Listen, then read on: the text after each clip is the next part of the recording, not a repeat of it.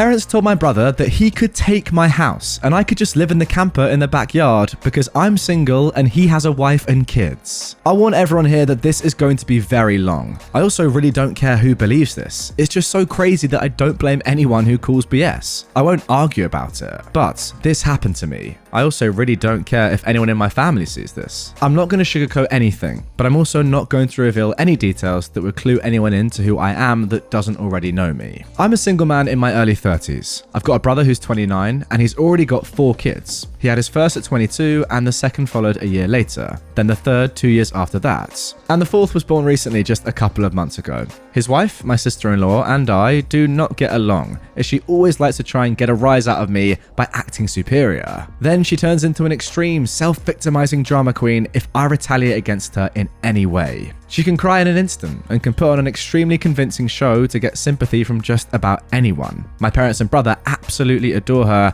even though they know exactly how she really is, but they just don't care. She is very good looking, I'll give her that, but she's so awful that I could never really be attracted to her. She also refuses to get any sort of job, even though she has a college degree, and my mother willingly helps with the kids all day. So their finances are entirely dependent on my brother. This also means they can't afford to live anywhere but my parents' house, and privacy is a bit of an issue with all of them under one roof in a 3-bedroom house that was built in the 60s. Growing up, my younger brother was also the obvious favourite. We're 3 years apart in age, but he developed a superiority complex because I was badly punished if I retaliated against his antics in any way back then. It was obvious that my parents cared for him a lot more because he got the lion's share of everything unless people called them out on it, which did happen a fair bit by other members of family. Which is why my parents packed us all up and moved us about 150 miles away from them, so they generally only would see us on holidays since it was a 3-hour drive. My brother got physically abusive towards me on a number of occasions, flirted relentlessly with my first girlfriend to the point she broke up with me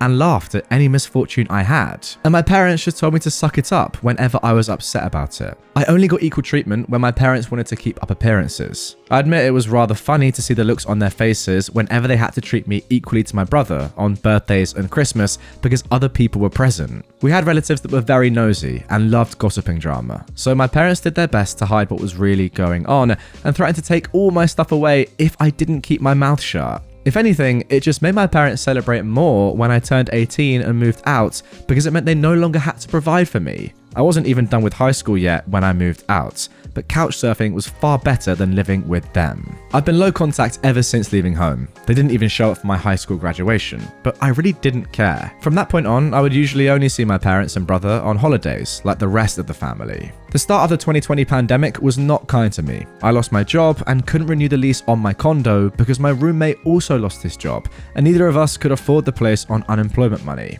It was a rented 2-bedroom condo that I really loved. As the lease was ending, my roommate left early to move back in with relatives, and I had to sell nearly all of my stuff because I was going to be homeless if I didn't downsize to an extreme. I really shouldn't have rented a place that was so expensive, but I liked living the high life, until that life wasn't kind to me. And I realized I should have been living somewhere far cheaper so I could have saved more money to fall back on. But I had a plan. I own a truck, simply for the fact that I've always loved trucks. So I found a $1,000 camper in good shape and put it on my truck, just so I could live out of it for a while. It was supposed to be temporary, but I ended up living out of it far longer than I ever thought. I originally was hoping to be able to live out of the camper at my parents' house, where my brother and his family still reside as well. But when I asked my parents to let me stay for a while, they told me they had a full house and didn't want me there. Plus, we hadn't exactly gotten along in the past decade. They said they'd only agree to let me park my camper there if I paid them basically what it would cost to rent an apartment in my area. That was way too much just to park my camper. I was jobless and trying to save as much of my unemployment money as I could till I could find a new job.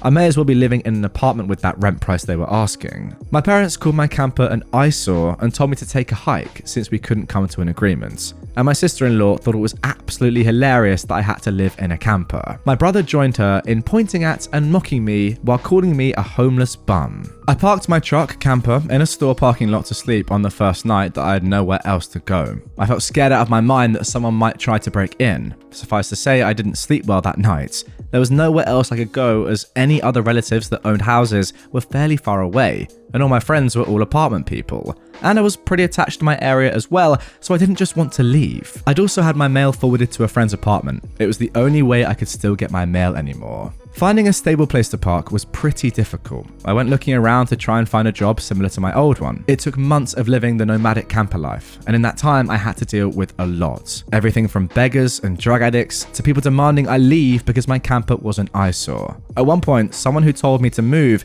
claimed to be with an HOA. I wasn't even parked on a street with houses. And when I questioned which HOA, they got incredibly belligerent and threatened me. I moved my camper anyway just to avoid the trouble. In order to have a steady supply of electricity, I learned to use a long extension cord to plug in anywhere I could to recharge my camper batteries. This meant sneaking around and plugging it into an outside outlet of a random building while parked on a street. I know, that's a crummy thing to do, but I had to keep my batteries charged so my refrigerator would stay cold. I had a small solar power bank for recharging my phone, but I didn't have anything like a generator, and generators are noisy and require fuel anyway, so I did what I had to do.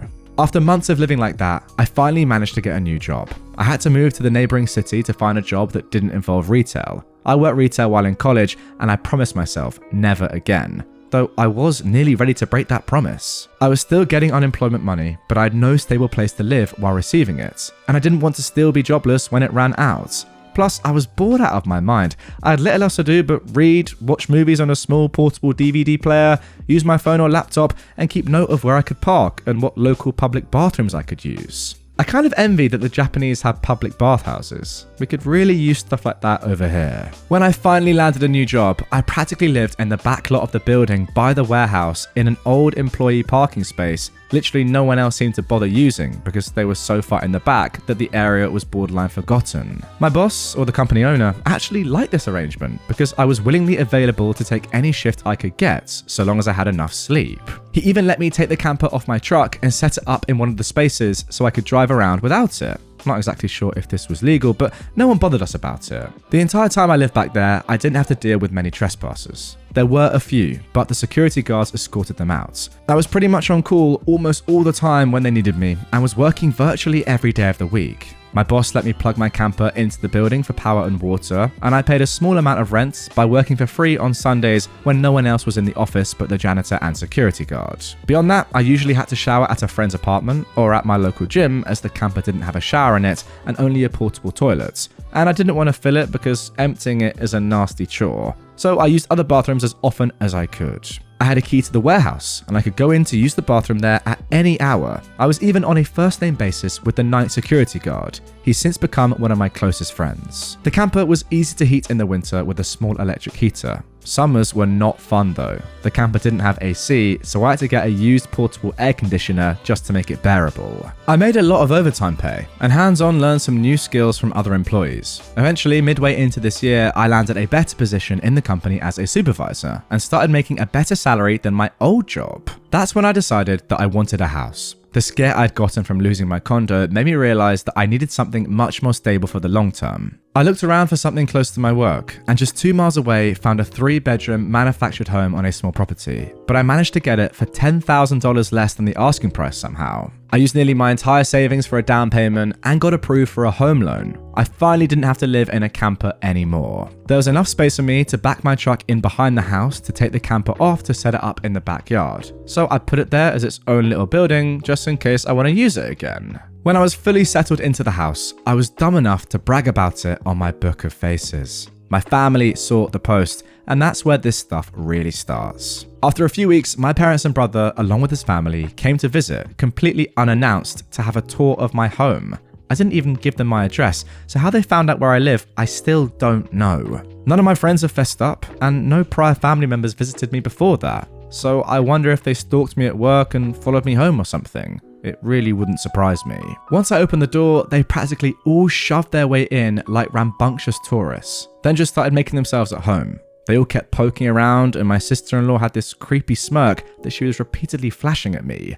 And it was only later that I figured out why. And it made me madder than a bull on steroids that just got stung by a hornet. My parents were constantly talking about how I've got so much extra space now, and it's too much for someone like me who has no wife or kids. Sure, not now, but maybe someday. And my brother kept remarking about how there was more space than our parents' house, and that my house was closest to his job too. Red flags all around, I know. Eventually, my brother asked me to speak privately. Everyone else suddenly left the room and piled out onto the front porch. That's what finally made me realize that they'd been planning something. My brother, let's call him Dan for the sake of simplicity, said the house was too much for me alone, and I should let him move in with his family because his wife is pregnant with kid number 4, and my house is much closer to his job. He pointed out that I already have the camper, so I could just live in that outside while they live in the main house, and I'd like to point out that Dan never once spoke of offering rent. Mind you, he's got a good job. He also started talking about how there would be changes and even curfews, and that I couldn't just walk in at any time without prior notice. If it weren't my brother, I think the person I was talking to had lost their mind. But Dan lost his marbles long ago, thanks to our parents treating him like he was the center of the world. I tried to speak, but he kept talking over me as if I had no say in the matter. There was no way in heck I'd rent my house or parts of my house to him. Other people, maybe, just so I could pay the mortgage off more easily, but certainly not him or his nasty wife. I've heard of this exact kind of situation in videos online many times, and never once did I think I'd actually live it because I thought it so ludicrous. But my parents, brother, and sister-in-law do all fit the bill for a bunch of narcissistic entitled crazies. So I picked up my phone and set it to start recording. Then just held onto it. Dan didn't even seem to care or notice that I'd done this, and just sat there with his arms waving around while talking about all the reasons as to why he needed my house. Then he went from saying that to acting like it was a done deal and trying to reach out his hand to shake mine. That's when I finally showed my backbone and said, "Heck no." And I said it loud enough that Dan stumbled backwards for a second. I'd rarely ever raise my voice to him on that level because I was punished by our parents whenever I did. But this was my house, not theirs. My spine could be as shiny as it wants here. I stood up and then told him that my house was not up for grabs, and acting like I'll let him move in just because they want it won't make it happen. I bought my house for me, and it's not my fault he keeps having more kids and has to keep living with our parents because he can't afford to move out. Dan got as physically close to me as he could without actually touching me and said that I didn't deserve the house and that he needed a better place for his family to live. I laughed back in his face and said that was total BS because I worked hard to be able to buy my house. Of course I deserved it. Dan started yelling that I have no wife or kids and I don't need all the space, so I may as well give it to him. I said I'm not giving him anything, and he never even offered to pay me rent. If I let him move in, I'd still be covering the entire mortgage on my house without even being able to live in my own home. Then Dan told me that he shouldn't have to pay rent because his family comes first, and our parents said I was going to do this, and that I will. I yelled as if their word was law or something, and told Dan that they did not have the right or power to give my house to him. Then, right on cue, my parents and sister-in-law barged back in through the front door and surrounded me to try and force me to agree. There was a lot of fighting, but to sum it up from this point on, I heard the line, "Just do it for Dan," way more times than I can remember. In the fight, I told them they all don't have a say in my life or my house, and to get out before I called the cops. Sister-in-law screamed the loudest at me about how she was pregnant again, and I can't do this to her. I said I did nothing to her. She just assumed that she could take from me like I just allow it. I had no obligation to her or her family. Then I called her a stuck-up female dog who never had any respect for me, so I don't care what she thinks or how many kids she has. I have no sympathy for her. She won't be living in my house. Well, that made her angry enough to attack me. She got in one good hit on my face and tried to go for more, but my brother held her back, kicking and screaming. She kept demanding he let her go so she could scratch my eyes out. The phone I was holding recorded pretty much everything, so then I held it up and said I was going to call the police if they didn't leave right away. My parents told Dan they were leaving. Then my mother said that I had a week to come to my senses. I told her I wouldn't be and to not come back. Then I told my sister-in-law that my phone recorded everything, and if she tries anything, I'll press charges for assault. She screamed at me and then stormed out loudly, crying with her face in her hands. My mother was the last one out of the door and said that I'd better do this for Dan and my sister-in-law. I responded again by telling her that I wouldn't be. And there we go. A long story indeed, as OP warned, but a great story nonetheless. So much to unpack there, I don't really know where to begin. Ultimately, I'm just happy that you put your foot down. Maybe, finally, if I'm allowed to say that, in your life, and at last, you've told your family where to go, which, funnily enough, is outside of your house. Now, one thing to look out for is that in the intro of this story that I didn't read out, just a little edit at the start, OP said they were going to be releasing a part 2. So it sounds to me like this might actually just be the beginning, and there may be a lot more to come in this story. Perhaps, I don't want to guess, but perhaps the family coming back and trying to invade the home once again. I don't know, but I have to wait and see. And if part 2 does get posted, I'm going to be on that. Don't you lot worry. But as for now, without seeing part 2, all I can say is just get as much security in place as you possibly can, my friend. We're talking cameras. We're talking Rottweilers. We're talking maybe 24/7 security guards. I don't know. At the very least, a lock on your door. That would be ideal. Because these guys, they just seem like they're going to saunter in once again and try the same tactic. And they're probably stupid enough to think it's going to work. It obviously won't, but yeah, just be aware. I mean, I love that I'm telling this guy to be aware of his own family, but at this point, what else can you do? That is all my advice. Gotta say, ultimately, pretty sad that, you know, your brother was favored so heavily over you and is still favored despite the fact that you are now, what, 29? Like, look, I get it. Sometimes there are golden children. I understand that. But you'd hope that after the age of 30, you're in your early 30s, your brother's 29, that would have stopped by now. What is the reason for that? I have no idea. Interesting familial situation. And I'm very much looking forward to part 2. If you guys are as well, drop a like on this episode and comment down below. We want part 2 right now. And hopefully it'll come. That's what she said.